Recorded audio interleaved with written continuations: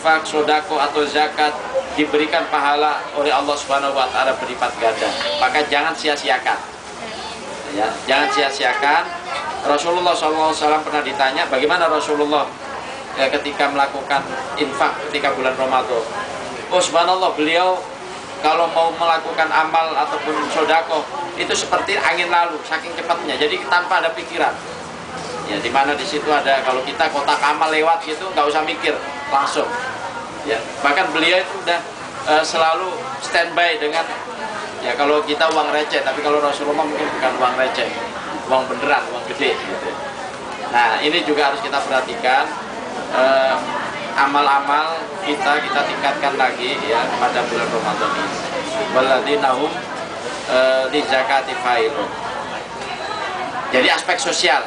Nah ini mungkin ada zakat fitrah, ada infak, ada zakat, ada wakaf dan sebagainya, bisa nanti dilakukan. Kemudian yang berikutnya waladina hum li furujihim hafidun. Ya, mereka yang mampu dan bisa menjaga, disebutkan di situ al-furuj, yaitu kemaluan. Dalam arti apa? Kehormatan kita. Ya, yang bisa menjaga kehormatan kita. Yang bisa menjaga diri kita agar tetap ifah. Ifah itu artinya terjaga ya. Kalau seorang gadis itu masih menjaga keperawanannya, kalau dia seorang gadis yang ini masih menjaga kehormatannya. Bahkan Rasulullah SAW memberikan jaminan seorang bapak ibu yang dia bisa menjaga anaknya, anak perempuannya, ya, mulai dari kecil dididiknya sampai menjelang ada yang melamar dia, sampai berkeluarga, dan dia bisa mengantarkan sampai ke jenjang perkawinan. Maka untuk ibu dan untuk ayah yang bisa menjaga anaknya secara hormat, ya, akan mendapatkan surga Allah Subhanahu wa Ta'ala, dijamin. Ya, jadi kewajiban kita sebagai seorang muslimah itu adalah menjaga diri kita sampai, ya, menjaga diri kita, ya, dan itu difasilitasi oleh orang tua sampai nanti ketika menjenjang masuk ke jenjang perkawinan. Nanti setelah perkawinan, ya, ada yang melamar dan sebagainya, sudah berkeluarga, hak itu semuanya ataupun kewajiban itu semuanya pindah ke suami.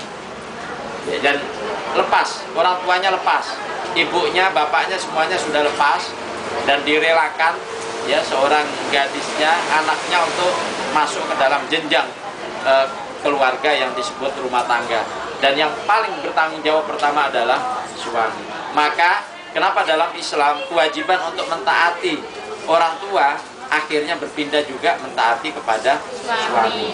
Bahkan peringkatnya, ya, peringkatnya itu sama, menjaga menghormati orang tua dengan suami. Bahkan ada sebuah hadis yang mengatakan suami, ya, Rasulullah SAW pernah menyampaikan sebuah hadis, kalaulah aku perintahkan umatku itu untuk menyembah yang selain Allah, maka aku perintahkan untuk menyembah suaminya. Subhanallah, ya, bagi kita yang sudah berkeluarga, kedudukan suami orang tua itu sangat besar. Ya, jangan sampai kedua sisi itu yang kita lemah. Ya, karena itu ridallah fi ridal walidain dan juga ridallah fi ridal az-zawjah atau zauj, ya. Keridhaan Allah itu ada pada keridhaan orang tua ataupun pada suami kalau kita sudah berkeluarga. Namun sekali lagi ini juga nanti kalau seandainya suami kita dalam posisi taat kepada Allah. Nah, kadang-kadang suami kita yang juga tidak taat kepada Allah, maka itu tidak wajib untuk kita taati. Jadi masing-masing ada level, ada prioritasnya. Ya, karena ini semuanya, mbak-mbak sekalian, ibu-ibu sekalian, inilah yang menjaga kita. Walladzina hum li furujihim hafidun. Kalau kita bisa menjaga ini, ya, mungkin masing-masing kita ada yang anak perempuan, ada anak laki-laki, harus kita mulai atur saat ini. Ya Allah, mudah-mudahan bisa kita selamatkan anak-anak kita, generasi kita, ya, bisa mendapatkan pendidikan yang layak, bisa selalu mengontrol mereka, memelihara mereka. Karena ya mungkin kita merasakan diri kita dulu nggak mendapatkan kenikmatan seperti anak kita mendapatkan.